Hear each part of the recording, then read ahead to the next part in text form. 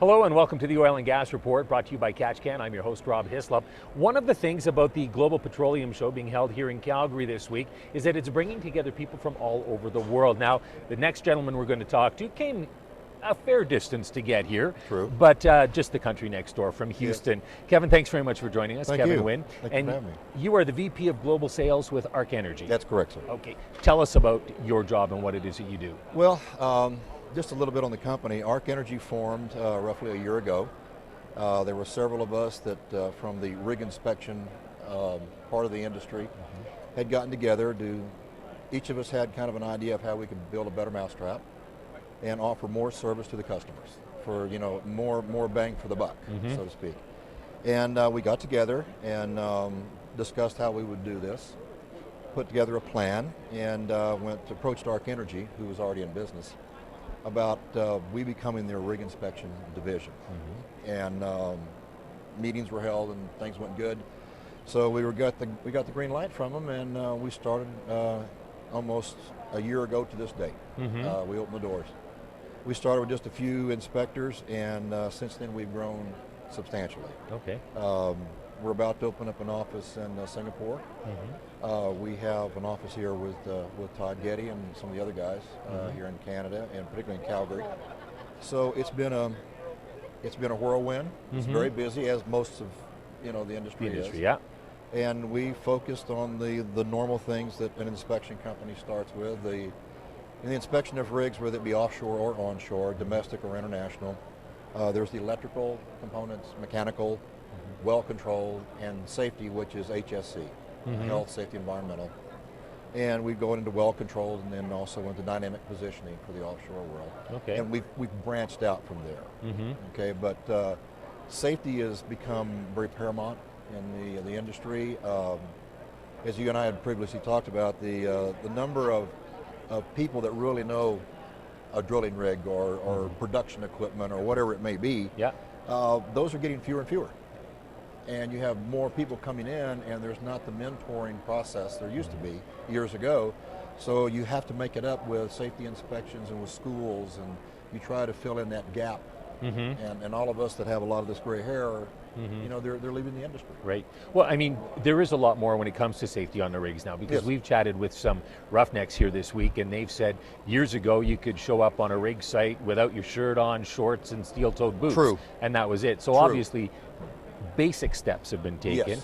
But safety, sustainability, looking after the environment, these all seem to be either catchphrases for the industry right now or the direction that the industry feels that it is heading in. So I would think that you, with your rig inspection, is probably entering into this at the perfect time, because it seems to be something that the industry is moving towards at a fairly decent clip. It's true, and even my competitors, I mean, everyone realizes, whether it be the drilling contractor, the oil company, construction personnel companies, you've got to have this safety program, and it has to be implemented, and it has to be watched over.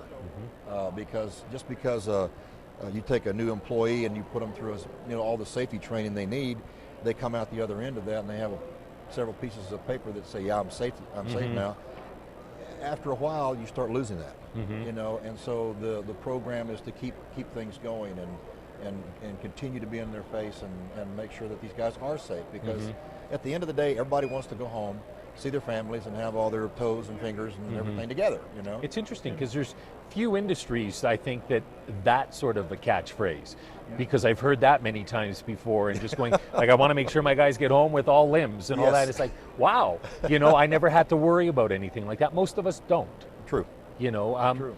When you're talking about rig safety, because I think the industry itself, overall in the public, might have a bit of a black eye or tarnished image because of the way things have gone in the past. Yes. With it going forward with the safety and with its, I guess, designs on trying to make improvements in how it handles the environment, do you think that changing the industry's image is going to be an easy task? Because people still think of it as, the guys that used to just dump waste out in the bush because nobody saw it. Yes. So, we just had a gentleman on earlier talking about orphaned and abandoned wells. And apparently there's tens of thousands of them in our province that nobody's taking responsibility for. That's true. How do you clean that up? Well, I don't know what the laws are about that here in Canada, and there are different ones in the States versus each state that you're in has their own laws about how you have to approach that. Some of the companies that drill those wells, I'm sure, aren't even around anymore. And if a major oil company came in and bought an existing field back when, and they inherited those wells, they may have tried to sell those off to another company. If they bought them, they belong to them. It's going to be very difficult, I think, is to sit down and try to leave politics out of it and try to put intelligent, logical steps forward and concern the environment and everything else. Those wells sitting there may not be hurting anything, but something needs to be done with it. But it just depends on where you are, how old they are, what they were producing. There's a long, drawn-out process you need to evaluate. Right. And it's going to take some time and some logical thought. But you've got things like that. You've got the BP disaster in the Gulf. Oh, yes. You've got Enbridge, I believe, had a leak in the northwestern United States as well. We've had a leak, pipeline break recently here in Alberta. Yeah, I heard of something about that, just a little bit north of here. When something goes wrong, it can cause an awful lot of damage in this. Yes, it can. How does your company, because you're looking at rig safety and making sure the inspections, can you alleviate fears of the public that at least everything is done to begin with?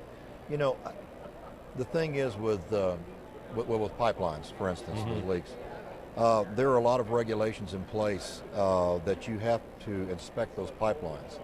I'm trying to remember back, I believe it was in the 1970s, pipelines were built that the size of the valve and the size of the pipe, the opening pipe, the valve, they were one and the same, so you could run pigs through there, and a pig is a pipeline integrity gauge. Okay. That's what it stands for. Because I was thinking it wouldn't be good with animals, but yeah, okay. So nowadays, you have to, if your pipeline can handle that, you run things called smart pigs through there, okay? And the smart pig is loaded down with sensors and computers, and they know, something that small wrong with a corrosion point on a pipeline, and the various regulations governing how you repair that line and when. But some of the pipelines are so old that the valve opening is smaller than the diameter of the pipe, so you can't really get pigs through there to see that.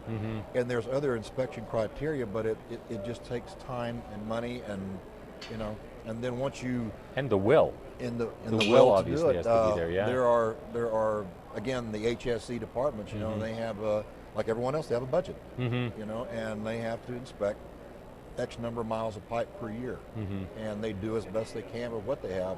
The smart pig was a great invention. It really cuts down on things, but those old pipelines, they're probably going to be the ones that will give the industry the most trouble. Okay, now when you go to a rig site and they've got equipment, say like Catchcan produces with the floor mats and the zero spill and that sort of thing, that the type of thing that you're looking for when you head to a rig, to see these types of measures have been taken to make sure that there's safety and the environment is protected as well? Sure, again, here we kind of customize our inspections. So we work with the customer to see what they really want, and then our guys are trained, so they look for other things. We look for the harnesses, are the harnesses been, are they within date? Fire extinguishers, there's all kinds of systems you have to look at on a rig to make sure it is in compliance with sometimes it's a federal regulation, then there's the state regulations, there are other safety regulations for, say up here for a province, for a county. I mean, you have to take into account all of those things when you go out there. When was the last time these guys were trained? Their certificates, are they up to date? Yeah. So there's a lot involved in going out there. It's interesting because here they always talk about the checks and balances, and they say that it's one of the most stringently watched industries, and yet both the federal and provincial governments have come out recently and said, yeah, maybe our system's not the greatest and we're revamping it. So for years they've been telling us it's good. Now they're telling us they have to do more. Are you encouraged at least at the way the industry is going? And should the average person maybe take another look at it, do you think? Well, one of the things that is not brought out to the average person is that the media does not really bring out the whole truth of what's going on, what it takes to drill a well and produce it, and the pipelines and all that kind of stuff.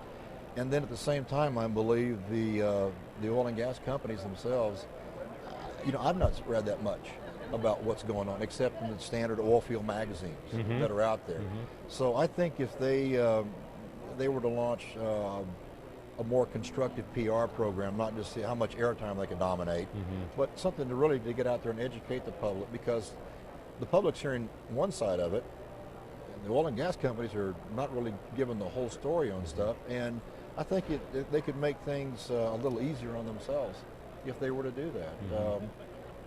And things like this, you know, if schools were invited to bring their elementary, junior high, high school, college, you know, kids in here, I think it would greatly help their cause, because the industry, people have to understand, you don't want a blowout. You don't want a pipeline leak. My God, it costs millions. Why would you want that to happen?